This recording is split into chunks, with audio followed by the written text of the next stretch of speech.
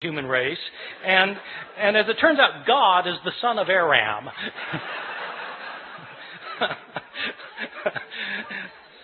So it happens. These kinds of mistakes are just pure accidental mistakes that scribes messed up in places. There are other kinds of mistakes that are what I think are probably intentional mistakes. I differentiate between accidental mistakes where scribes just slip up and intentional mistakes where it looks like scribes are actually trying to change the text. Now, I don't know for sure that scribes are trying to change the text. I don't have any scribes around to interrogate about the matter. But there are some changes that don't look like they could possibly simply be a slip of the pen. And there are others that are debatable, whether they were a slip of the pen or not. But let me give you a couple of examples, and you'll see that some of these look like scribes maybe wanted to change the text. I'll give you a couple for instances.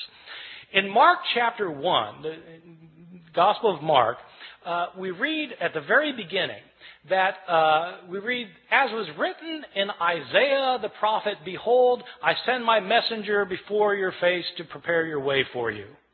Okay, this is in Isaiah the prophet, behold, I send my messenger before you. This is a very interesting passage because the passage that's quoted is not Isaiah. When it says in Isaiah the prophet and then gives the quotation, the passage quoted is actually Exodus. So it's interesting that in the later manuscripts of Mark's Gospel, the text is changed. So that it no longer says in Isaiah, as is written in Isaiah the prophet. Now it says, as is written in the prophets. You see, getting rid of the problem that in fact this isn't a quotation from Isaiah. Right? See, so maybe that's a slip of the pen, but it looks to me like somebody saw that this could be taken as a mistake, and they changed it as a result. Or give you a second example. In Luke's Gospel, chapter 2, we have the only story of Jesus as a boy in the New Testament. Jesus is a 12-year-old, and we're told that he and his family have taken a trip to Jerusalem to celebrate a festival, probably the Passover festival. It is a peculiar story because they celebrate this festival, and then the family goes back in the caravan back home, and 3 days later they realize Jesus isn't with them. I mean, you might think they would have checked ahead of time, but he's not there, and so they go back to Jerusalem to try and find him, and on the third day his mother finds him in the temple. And this isn't an accident, by the way, that it's on the third day, right? This is a foreshadowing for Luke of what's going to happen at the resurrection narrative, where on the third day Jesus will rise from the dead. Well, so on the third day, his mother finds him in the temple, and there's 12-year-old Jesus talking to the leaders of the Jews and discussing with them matters of the law. And Mary is not pleased, and she sees Jesus finally after tracking him down for 3 days, and she says, "Son, why have you done this? Your father and I have been looking all over for you." Now, when scribes copied this, they were taken aback. Your father and I? But Joseph wasn't his father, right? Jesus was born of a virgin. So it doesn't make sense for Mary to say, your father and I have been looking all over for you. And so there are changes in the manuscripts. Some manuscripts simply say, Joseph and I have been looking all over for you. Some manuscripts say, we have been looking all over for you. But somebody's changing the text because it could be read as a problem. And so they got rid of the problem. I'll give you a third example. This example is in one of Jesus' discourses in the New Testament, in Matthew chapter 24, in which Jesus is talking about what's going to happen at the end of time. This passage actually was very important. I feel a tangent coming on here, by the way. This passage was very important when I moved to Chapel Hill in 1988. Bob, you had been gone for a year at this time. In 1988, there was a big furor in North Carolina. There were Christian groups who thought that the end of the world was going to happen in 1988. That Jesus was going to come back and take everybody out of the world who were his followers. That's the rapture, right? When the rapture and Jesus comes back, takes people out of the world, and then all hell breaks out on earth for 7 years, and then the end comes, right? So there was a guy who had written a book based on this passage I'm going to talk about in a second. A guy had written this book that was called 88 Reasons Why the Rapture Will Occur in 1988. This book was in 2 million copies I had students whose parents believed it and literally sold the farm. They thought that Jesus was going to come back in 1988. And so I just showed up in North Carolina kind of blissfully ignorant of these things. And I moved from New Jersey where such things we're not worried about. And we... But this guy named Edgar Whisenant, he was a NASA engineer who had studied the Bible and come up with 88 reasons why the rapture is going to occur in 1988. And one of the reasons involves this passage I'm going to talk about. Jesus tells this the disciples want to know, when's the end going to come? And Jesus tells them, learn the parable of the fig tree. When the fig tree puts forth its leaves, you know that summer is near. So too, when these things take place, you know that the end is near. Truly I tell you, this generation will not pass away before all these things take place. So Edgar Whisenant, this is one of Edgar Whisenant's 88 reasons. So the way it works is this. What is Israel in the Bible? Israel is sometimes represented as a fig tree. Well, when the fig tree puts forth its leaves, you know that the end is near. Well, okay, so if the fig tree is Israel, when does the fig tree put forth its leaves? Well, the fig tree lies dormant over the winter, and then when springtime comes, it comes back to life. When does Israel come back to life? 1948. That's when Israel comes back to life, becomes a nation again.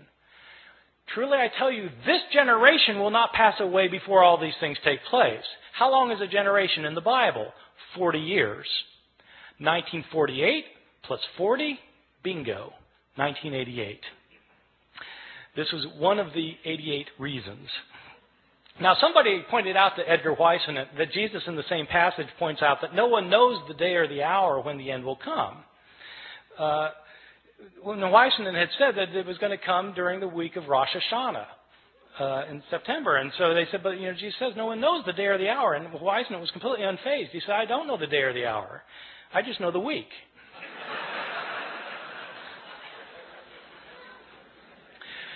All right, so this passage actually throughout Christian history has been important because people have always been trying to figure out when the end's going to come.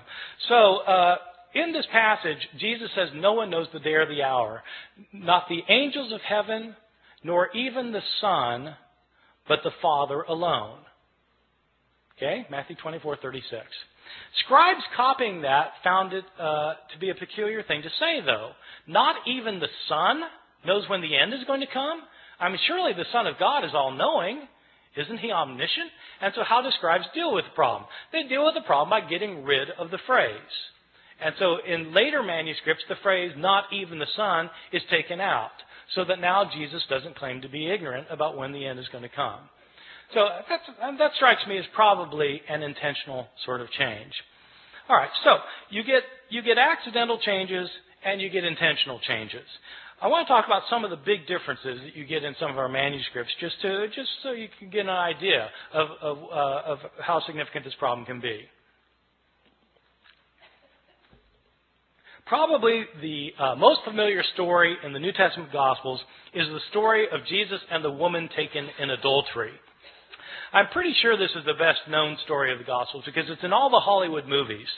I mean, if you do a movie about Jesus, you've got to have Jesus and the woman taken in adultery. It's so much a requirement that even Mel Gibson, who the Passion of the Christ, which is about Jesus' last hours, has to get this in, and so he has a flashback showing this scene of Jesus and the woman taken in adultery. So the way the story works, it's found only in the Gospel of John, chapter 7 and 8. And Jesus is teaching the temple, and the Jewish leaders they drag this woman in front of him, and they say, she's been caught in the act of adultery. The law of Moses says we're to stone someone like this. What do you say? See, this is setting a trap for Jesus, because if Jesus says, well, yeah, stone her, then he's violating his teachings of love and mercy. But if he says, no, forgive her, then he's breaking the law of Moses. So what's it going to be? Well, Jesus has his way of kind of getting out of these traps, as you know, if you read the New Testament. So what he does in this case is he stoops down and he starts writing on the ground. And he looks up and he says, let the one without sin among you be the first to cast a stone at her. stoops back down, starts writing again. And one by one, feeling guilt of their own sins, they begin to leave until Jesus looks up again and there's no one left. And he says to the woman, "Is there no one left to condemn you?" And she says, "No, Lord, no one." Jesus replies, "Neither do I condemn you.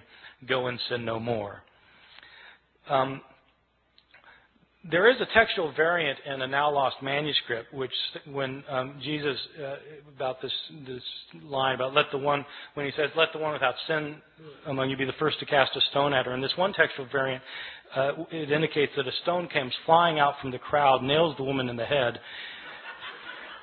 And Jesus says, "Mom, sometimes you really tick me off."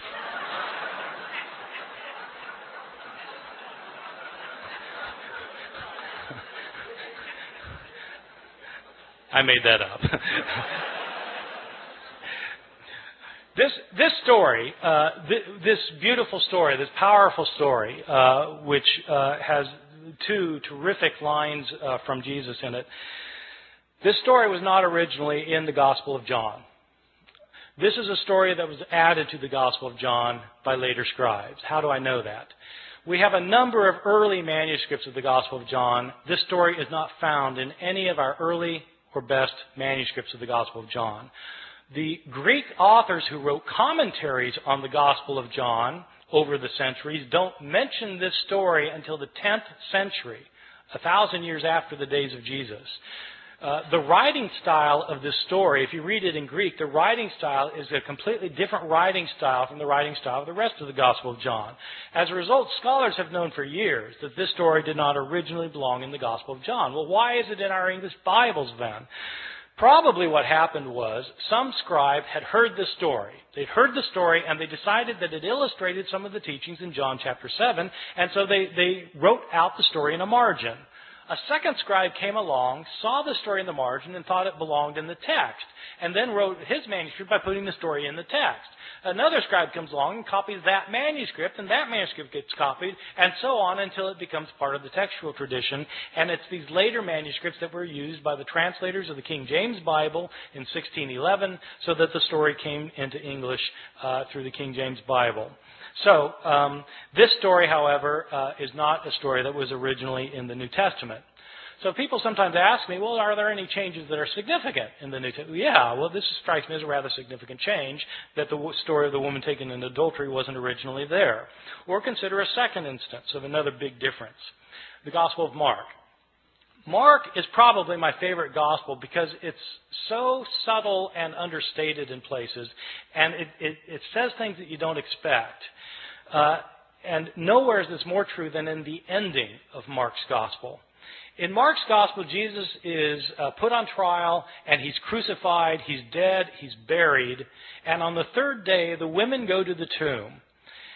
The tomb is empty, and Jesus is not in it. There's some man in there. And the man tells the women that Jesus is not here, he's been raised from the dead. He tells the women, go tell the disciples that he will meet them in Galilee. And then it says the women fled from the tomb, and they didn't say anything to anyone, for they were afraid. Period. That's where it ends. That's the end of the Gospel of Mark. And you think, how could it end there? They're told to tell the disciples, but they don't tell anybody. Didn't the disciples ever learn? Didn't they go to Galilee? Didn't they see Jesus? How could that be the end of the story? And that's exactly the reaction the scribes had. They got to that ending, they said, how could it end there? And scribes then decided it couldn't add there, and so they added 12 verses. So that in your English Bibles today, you'll find 12 more verses after that, after chapter 16, verse 8. And often they'll be in double brackets, because the translators will tell you in a footnote, these verses weren't originally in here, these were added by later scribes. In these verses, in these added verses the scribes added later, but we know they're added later because they're not in the earliest and best manuscripts. The writing style is different from the rest of the Gospel of Mark, and in fact there are inconsistencies between this ending and the verses that precede it. So this is clearly an addition to the Gospel of Mark. In these final verses, according to these final verses, the women do go tell the disciples do go to Galilee, they do meet Jesus there, and Jesus then tells them that they're to make the disciples of all the nations, and people become his disciples will be able to speak in foreign languages,